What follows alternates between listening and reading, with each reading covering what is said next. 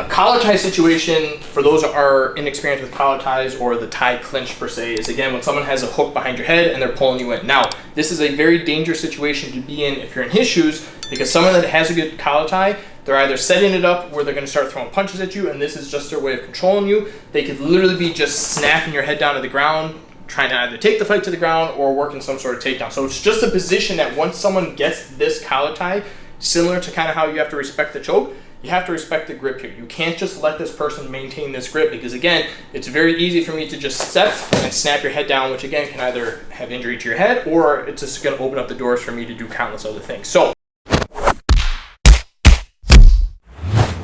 if you are being collar tied by somebody, you do have a split-second reaction if this person initially puts a grip on, where you can literally just brush this off. But if he really allows his hand to sit, it's going to be very difficult, one, to be able to get that motion, but two, to be able to pull his hand to begin with. So if you see that they are starting to reach, your best bet initially is to simply turn your head away. Now, I want you to maintain eye contact, but you're going to turn and kind of duck your head a little bit, and the same time that you do that, push at the elbow, and you're going to push the arm across. Simple breakaway, simple grip. Again, that's all you're doing. Now, because again, we're focused on street situations, I don't want to just do this and be standing here. I have to either use this as an opportunity to come in and throw strikes if that situation calls for it, or simply break the distance, and again, we're back to standing position, and I just have to now be aware that, hey, this person's trying to tie up with me. But let's assume now that the person's got a nice tight grip. At the same time, if it's a little bit colder, you have a hoodie or a jacket, this grip may actually be grabbing the hood itself, and that makes it a little bit more of a difficult situation, because I'm definitely not going to be able to just break this arm free. So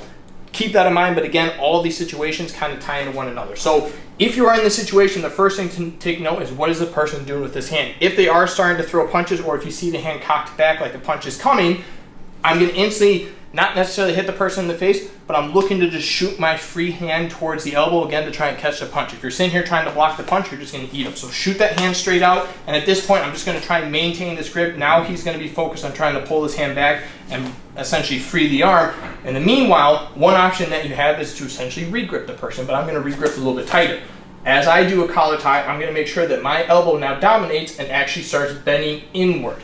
I don't want to bend out because he's still in a dominant position, so I want to make sure that I grab high enough that as I start bending my elbow starts coming on the inside of the two of our arms, and now I have a dominant grip. From this point, he's probably going to let go, or if he does maintain the grip, it's going to be very weak. So again, if he threw that punch and I've got it now dominant grip here, now I'm at a point where I can start utilizing head pressure, start pressuring into his head a little bit, to essentially until this arm is completely free. Once that arm does eventually break free, now I can start throwing elbows, you can throw knees, I can throw fury of punches, you can pretty much just go fury mode and throw whatever strikes you want. But the idea is, as soon as he grabs, I'm grabbing back, getting a dominant grip, and again, shooting this hand out just in case that this arm is throwing a punch. If they're not, and they're simply just doing this, then that's fine.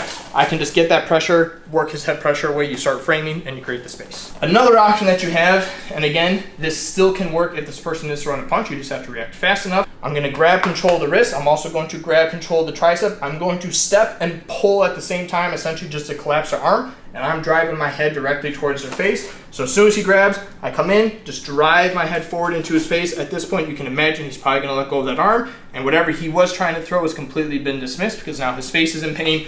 And now I'm just going to follow up again with a quick fury of strikes, maybe throw a front kick to get the distance, and we break away from there. Your third option that you have off of this is turning it into a 2-on-1. Now again, from this situation, if this person is starting to throw punches, I might have to kind of delay the punches a little bit and keep some sort of pressure, or maybe just grab the tricep, or maybe start pressuring on the head a little bit. And when I see the opportunity has arisen, I'm going to turn my head away, turn my shoulder like I'm shrugging, and I'm going to essentially shrug the arm off. At the same time, I'm grabbing at the wrist and I'm grabbing at the tricep, and we turn it into a 2-on-1. I don't, especially in these situations, I don't want to use this just to kind of release the hand and step away, because again, at this close of a distance, as soon as I do this, he may follow up immediately with punches, elbows, and I'm going to be in trouble. So I want to maintain control of this arm, so we turn it into a 2-on-1 grip. From here, I'll post a video down below where we've gone over multiple different ways that you can take a person down from this grip in particular, so you have that option. Again, your best bet, if you need to, just drop the arm from there, throw in a fury of strikes, and get away. But either way, you have all three of those options. So again, he puts the grip on, get control here, drop that elbow in, start using your head pressure. Again, if he starts trying to throw punches at you, I'm shooting this arm in here at the same time, just enough to where I can get that grip free, or I can work off from here onto the opposite side, and now I can work my strikes, I can work my shoulder wenches, and I'm in a more dominant position from there. I can also just do the quick, come in with the headbutt, knock their lights out, instantly start working strikes. You can literally do the headbutt and then turn it into a 2-on-1 grip from here. I can start working Kimura grips, lock grips, all sorts of different restraints from there. So again, you have multiple different options, but the key is this. When they get that grip there, you have to react immediately. If you have the opportunity to brush it off right away, go for it. Otherwise, when they grip you, respect the grip, get a tighter grip back on them, and start working off onto your angles to get the grip free and get to a better position where, again, you can either attack, do what you need to do, and get away safely. So give it a shot. Stay safe. We'll see you next time.